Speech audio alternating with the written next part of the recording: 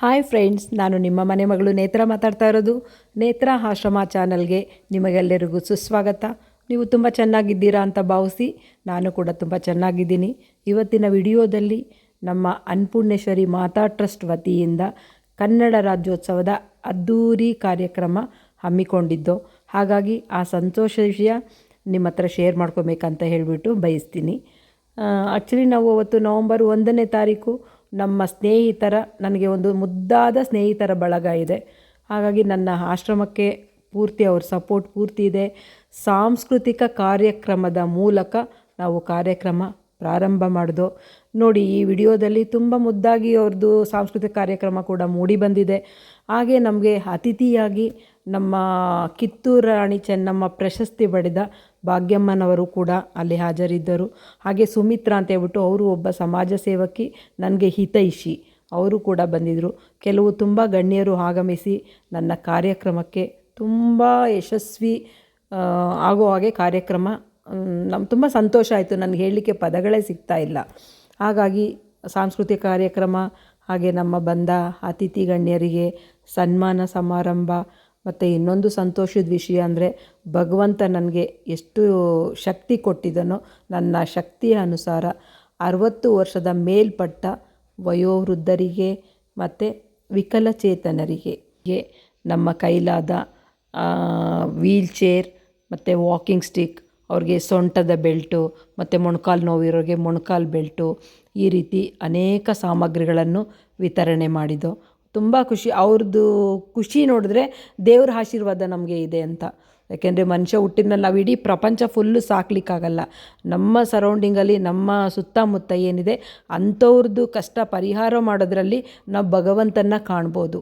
ನಾವು ದೇವಸ್ಥಾನಕ್ಕೆ ಹೋಗಿ ಕೈ ಮುಗಿದು ನಾವೆಲ್ಲ ಕೇಳ್ಕೊಳ್ಳೋ ಬದಲು ಈ ರೀತಿ ಸಮಾಜ ಸೇವೆ ಮಾಡೋದರಲ್ಲಿ ಭಗವಂತನ ಕಾಣಬೇಕು ಅಂತ ನನ್ನ ಅನಿಸಿಕೆ. ಇದು ಅವರವರ ಮನಸ್ಸಿಗೆ ಬಿಟ್ಟಿದ್ದು. ಇನ್ನು ಮುಂದೆ ನೀಡಬೇಕು ಅಂದ್ರೆ ಇದೇ ರೀತಿ ನೀವೆಲ್ಲರೂ ಪ್ರೋತ್ಸಾಹ ಇರಬೇಕು. ಯಾಕಂದ್ರೆ ಜೀವನದಲ್ಲಿ ಎಲ್ರಿಗೂ ಎಲ್ಲಾ ರೀತಿ ಒಂದು ಆದ್ಯತೆಗಳು ಇದ್ದೇ ಇರುತ್ತೆ. ಬಟ್ ಇವತ್ತಿನ ದಿನ ಅವರ ಒಂದು ಸ್ವಂತ ಒಂದು ಜಾಗನ ಎಲ್ರಿಗೋಸ್ಕರ ಬಿಟ್ಕೊಟ್ಟು ಅಲ್ಲಿ ಎಲ್ರಿಗೂ ಫ್ರೀಯಾಗಿ ಉಚಿತವಾಗಿ ಒಂದು ವೃದ್ಧಾಶ್ರಮ ಮಾಡ್ಬೇಕು ಅನ್ನೋದು ಒಂದು ಕನಸಿದೆ. ಆಸ್ಪತ್ರೆ ಆಗ್ಲಿ, ಸ್ಕೂಲ್ ಆಗ್ಲಿ, ಇದೆಲ್ಲ ಆ ಡ್ರೀಮ್ಸ್ ಎಲ್ಲ ತುಂಬಾ ಅದೊಂಥರ ಆಕಾಶದಲ್ಲಿರೋ ನಕ್ಷತ್ರ ತರ. ಆ ನಕ್ಷತ್ರ ಜೊತೆ ನಾವೆಲ್ಲ ಸೇರಿದಾಗ ಇನ್ನೂ ಚೆನ್ನಾಗಿರುತ್ತೆ ಅನ್ನೋದು ನನ್ನ ಭಾವನೆ. ಹಂಗಾಗಿ ಅದಕ್ಕೆ ಇನ್ನೂ ಹಾಟ್ಲಿ ಎಲ್ಲರೂ ಸಹಾಯ ಮಾಡೋಣ ಅಂತ ಕೋರ್ಕೊಳ್ತಾ, ನೇತ್ರಮ್ಮನವರಿಗೆ ನಮ್ಮ ಈ ಬ್ಯೂಟಿಫುಲ್ ತಂಡದಿಂದ ಒಂದು ಸಣ್ಣದಾದ ಸನ್ಮಾನ ಕಾರ್ಯಕ್ರಮ.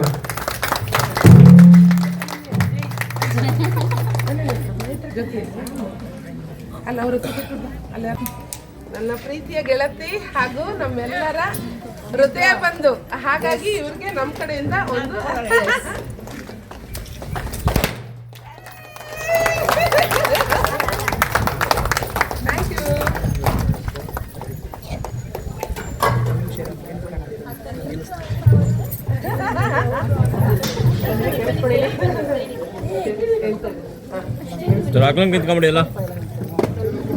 ಇದೇ ರೀತಿ ಇವ್ರಿಗೆ ದೇವರು ಆಯುಷ್ಯ, ಆರೋಗ್ಯ, ಸಕಲ ಸಂಪತ್ತನ್ನು ಕೊಡ್ಲಿ.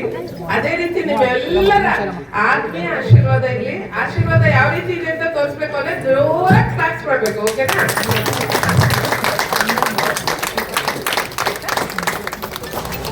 ಓಕೆ, ಎಲ್ಲರೂ ಮುಂದೆ ಬನ್ನಿ. ನಾವು ಮಾಡೋ ಕೆಲಸದಲ್ಲಿ ಭಗವಂತನ ಕಾಣಬೇಕು. ಇದು ನನ್ನ ಅಭಿಪ್ರಾಯ. ಇದರಲ್ಲಿ ಏನಾದರೂ ತಪ್ಪಿದರೆ ದಯವಿಟ್ಟು ಕ್ಷಮಿಸಿ ಫ್ರೆಂಡ್. ಅಥವಾ ಒಳ್ಳೇದಿದ್ದರೆ ಇದನ್ನು ನೀವು ಕೂಡ ಕಾರ್ಯಗತ ಮಾಡಿ.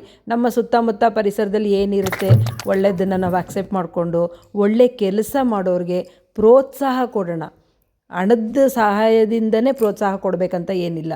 ಮಾಡೋ ಕೆಲಸ ಅಟ್ಲೀಸ್ಟ್ ಅವ್ರು ಮಾಡ್ತಾ ಇದ್ದಾರೆ ಅಂತ ನೀವು ಖುಷಿಪಟ್ಟು ಒಂದು ಅಪ್ರಿಷಿಯೇಟ್ ಮಾಡಿ, ಒಂದು ಜಸ್ಟ್ ಒಂದು ಮೆಸೇಜ್ ಹಾಕಿದ್ರು ನಮ್ಗೆ ಅದು ಎಷ್ಟೋ ನಮಗೆ ನೀವು ಪ್ರೋತ್ಸಾಹ ಕೊಟ್ಟಂಗಾಗಿ.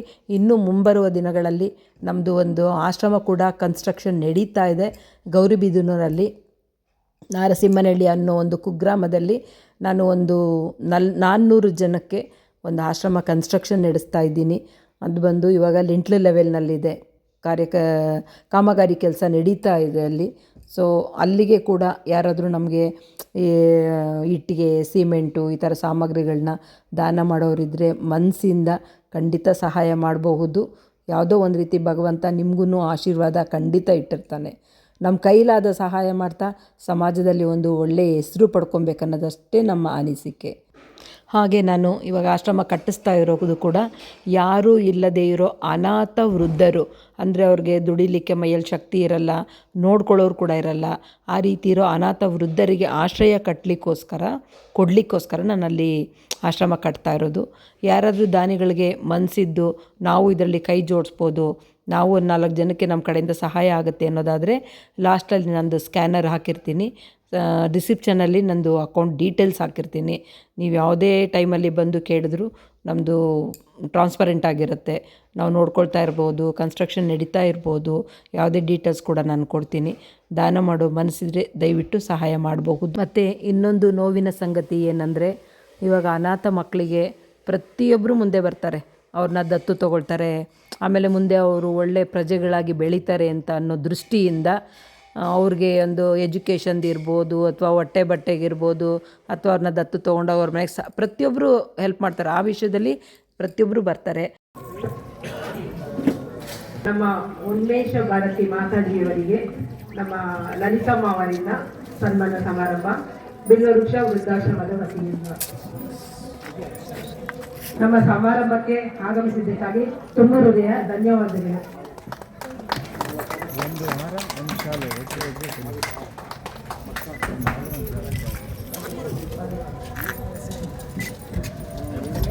ಹಾಗೆ ನಮ್ಮ ಭಾರತೀಯವರಿಂದ ನಮ್ಮ ಕಿತ್ತೂರು ರಾಣಿ ಚೆನ್ನಮ್ಮ ಪ್ರಶಸ್ತಿ ಪಡೆದ ಮಾಜಿ ಅಧ್ಯಕ್ಷೆ, ಕಿತ್ತೂರು ರಾಣಿ ಚೆನ್ನಮ್ಮ ಪ್ರಶಸ್ತಿ ಪಡೆದ ನಮ್ಮ ಮಾಜಿ ಅಧ್ಯಕ್ಷೆ ಭಾಗ್ಯಕ್ಕನವರಿಗೆ ನಮ್ಮ ಬಿಲ್ವವೃಕ್ಷ ವೃದ್ಧಾಶ್ರಮದ ಪರವಾಗಿ ಭಾರತೀಯವರಿಂದ ಸನ್ಮಾನ ಸಮಾರಂಭ.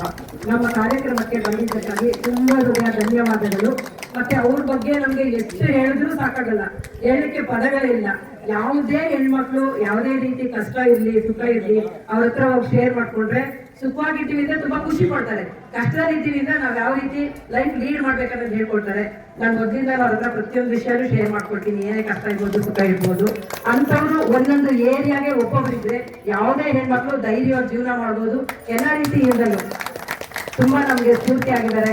ಆಮೇಲೆ ಇವಾಗೆಲ್ಲ ಚಿಕ್ಕ ಮಕ್ಕಳಿಗೆಲ್ಲ ಡ್ಯಾನ್ಸ್ ಕ್ಲಾಸು ಅದು ಇದು ಮಾಡ್ತಾರೆ. ಬಟ್ ಅವ್ರಂಗಲ್ಲ, ನಮ್ಮಂತ ಮಿಡ್ಲ್ ಏಜ್ ಅವರು ಏಜ್ ಆಗಿರೋರಿಗೆ ಬನ್ನಿ ನೀವು ಯಾಕೆ ಮನೆ ಒಳಗಡೆ ಕುತ್ಕೊಂಡು ಸುಮ್ಮನೆ ಟೆನ್ಷನ್ ತಗೋತೀರಾ ಅಂತ ಹೇಳ್ಬಿಟ್ಟು ಹೊರಗಡೆ ಪ್ರಪಂಚಕ್ಕೆ ನಮ್ಮನ್ನ ಕರ್ಕೊಂಡ್ ಬರ್ತಾರೆ. ಹಂಗಾಗಿ ಅವ್ರ ಬಗ್ಗೆ ಎಷ್ಟು ಹೇಳಿದ್ರು ಸಾಕಾಗಲ್ಲ. ಅಂತವ್ರು ನಮ್ಮ ಸಮಾರಂಭಕ್ಕೆ ಬಂದಿರೋದು ನಮ್ಗೆ ತುಂಬಾ ಸಂತೋಷದ ವಿಷಯ. ಈಗ ಸುಮಿತ್ರಾ ಅಂತ ಹೇಳ್ಬಿಟ್ಟು ಅವರು ಸಮಾಜ ಸೇವಕರು. ಯಾವುದೇ ರೀತಿ ಕಷ್ಟ ಸುಖ ಏನ್ ಶೇರ್ ಮಾಡ್ಕೊಂಡ್ರು ಅವ್ರೆಲ್ರಿಗೂ ಅವರು ಸಹಾಯ ಮಾಡ್ತಾರೆ. ಹಂಗಾಗಿ ನಮ್ಮ ಆಶ್ರಮಕ್ಕೆ ಬಂದು ಅವರು ಕೂಡ ಪುಷ್ಪ ಅವರಿಂದ ಸನ್ಮಾನ ಸಮಾರಂಭ. ಥ್ಯಾಂಕ್ ಯು ಸುಮಿತ್ರಾ ಅವರೇ, ನಮ್ಮ ಕಾರ್ಯಕ್ರಮಕ್ಕೆ ಬಂದಿದ್ದಕ್ಕೆ ತುಂಬ ಹೃದಯ ಧನ್ಯವಾದಗಳು. ಹಾಗೆ ಇವರು ಅಮ್ಮ, ಇವ್ರದ್ದು ಪರಿಚಯ ಹೇಳಿದ್ರೆ ಯಾರು ನಂಬಲ್ಲ. ಇವರು ನನ್ಗೆ ಹೇಗೆ ಪರಿಚಯ ಆದ್ರೆ ಒಂದು ಬಸ್ಸಲ್ಲಿ ಪರಿಚಯ ಆಗಿದ್ದು ಪ್ರೀತಿ ಈಗ ಸ್ವಂತ ಮಗಳ ತರ ನೋಡ್ಕೊಂಡಿದ್ದಾರೆ. ಪ್ರತಿ ಸರಿನೂ ಏನೇ ವಿಷಯಕ್ಕಾಗಿ ನನಗೆ ತಾಯಿ ಸ್ಥಾನದಲ್ಲಿ ನಿಂತು ಪ್ರತಿಯೊಂದು ನನಗೆ ಗೈಡ್ ಮಾಡ್ತಾರೆ. ನಮ್ಮ ಆಶ್ರಮಕ್ಕೆ ಇವರು ತುಂಬಾ ಮುಖ್ಯ. ಪ್ರತಿಯೊಂದು ನಾವು ಅವ್ರ ಹತ್ರ ಶೇರ್ ಮಾಡ್ಕೊಳ್ತೀವಿ. ಹಾಗೆ ಇವರು ಕೃಷ್ಣಪ್ಪ ಅಂತ ಹೇಳ್ಬಿಟ್ಟು ಹಿರಿಯ ಜ್ಯೋತಿಷಿ. ಯಾರಾದ್ರೂ ಏನಾದ್ರು ಜ್ಯೋತಿಷ್ಯ ಕೇಳೋದಿದ್ರೆ ನಮ್ಮ ಸಮಾರಂಭ ಮುಗಿದ್ಮೇಲೆ ಇವ್ರನ್ನ ಕಾಂಟ್ಯಾಕ್ಟ್ ಮಾಡ್ಬೋದು. ಇವಾಗ ನೋಡಿ, ನಾನು 1 ತಿಂಗಳಿಂದ ಇವ್ರ ಅಪಾಯಿಂಟ್ಮೆಂಟ್ ತಗೊಂಡಿರೋದು. ಹಂಗಾಗಿ ಇವ್ರಿಗೆ ನಮ್ಮ ನರಸಿಂಹಯ್ಯ ಅವರಿಂದ ಸನ್ಮಾನ ಸಮಾರಂಭ. ಥ್ಯಾಂಕ್ ಯು ಕೃಷ್ಣಪ್ಪ ಅವರು, ನಿಮ್ಮ ಇಂದ ಬಿಸಿ ಸಮಯದಲ್ಲಿ ಕೂಡ ನಮ್ಗಾಗಿ ಸಮಯ ಕೊಟ್ಟಿದ್ದಕ್ಕೆ ತುಂಬ ಹೃದಯ ಧನ್ಯವಾದ. ಆಮೇಲೆ ಇನ್ನೊಂದು ತುಂಬಾ ಮುಖ್ಯವಾದ ಅತಿಥಿಗಳಂದ್ರೆ ಹೆಣ್ಮಕ್ಳಂದ್ರೆ ಬರೀ ಭಯ ಪಟ್ಕೊಂಡು ಮನೆ ಒಳಗಡೆ ಕೆಲಸ ಮಾಡ್ಕೊಂಡು ಹೊರಗಡೆ ಪ್ರಪಂಚಕ್ಕೆ ಕಾಲಿಡೋದಕ್ಕೆ ಎದುರ್ಕೊಳ್ತಾರೆ. ಹಾಗಾಗಿ ಹಗಲು ರಾತ್ರಿ ನಮ್ಮಂತವರ ಸಾಮಾನ್ಯ ಜನರ ಸೇವೆ ಮಾಡ್ಲಿಕ್ಕೋಸ್ಕರ ನಮ್ಮ ಟ್ಯಾಕ್ಸಿ ಡ್ರೈವರ್, ಆಕ್ಚುಲಿ ಅವ್ರು ಏನ್ ಹೇಳ್ಬೇಕು ಅಂತ ಗೊತ್ತಾಗ್ತಿಲ್ಲ ನನ್ಗೆ, ಏರ್ಪೋರ್ಟ್ ಅಲ್ಲಿ ಟ್ಯಾಕ್ಸಿ ಓಡ್ತಾರೆ. ತುಂಬಾ ನಮ್ಗೆ ಆತ್ಮೀಯ ಸ್ನೇಹಿತರು ಕೂಡ. ಯಾವುದೇ ಕೆಲಸ ಕಾರ್ಯಕ್ಕೆ ಸಮಾಜದ ಕೆಲಸ ಅಂದ್ರೆ ಅವ್ರು ಫಸ್ಟ್ ಹೆಜ್ಜೆ ಇಟ್ಟಿರ್ತಾರೆ.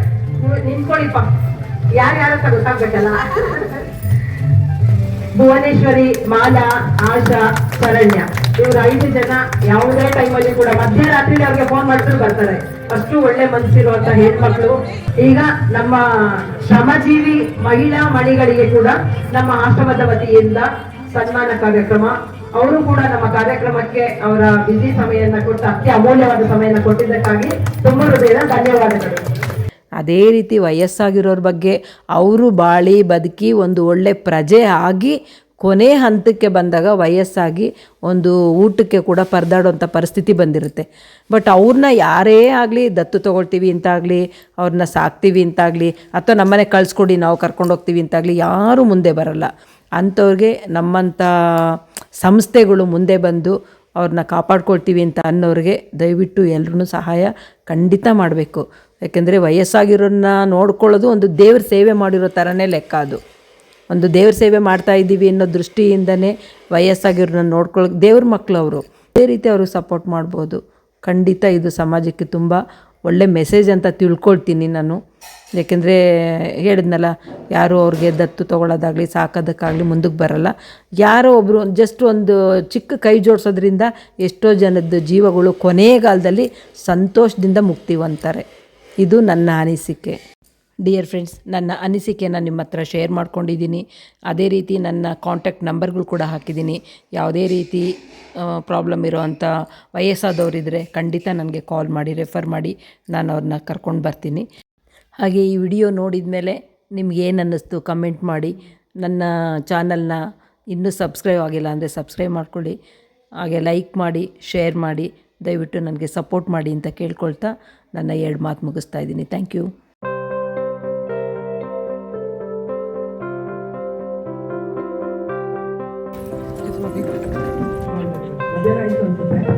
ಎಲ್ಲರೂ ಹೊಟ್ಟೆ ಹಸಿವಿದೆ, ಆದರೂ ಪರವಾಗಿಲ್ಲ. ಹೊಟ್ಟೆ ಅಷ್ಟೊತ್ತಿಗೆ ಸರಿಯಾಗಿ ಊಟ ತೊಂದರೆ ಇದೆ. ಇನ್ನೊಂದು 10 ನಿಮಿಷದಲ್ಲಿ ಎಲ್ಲ ಪ್ರೋಗ್ರಾಮ್ ಮುಗಿಯುತ್ತೆ.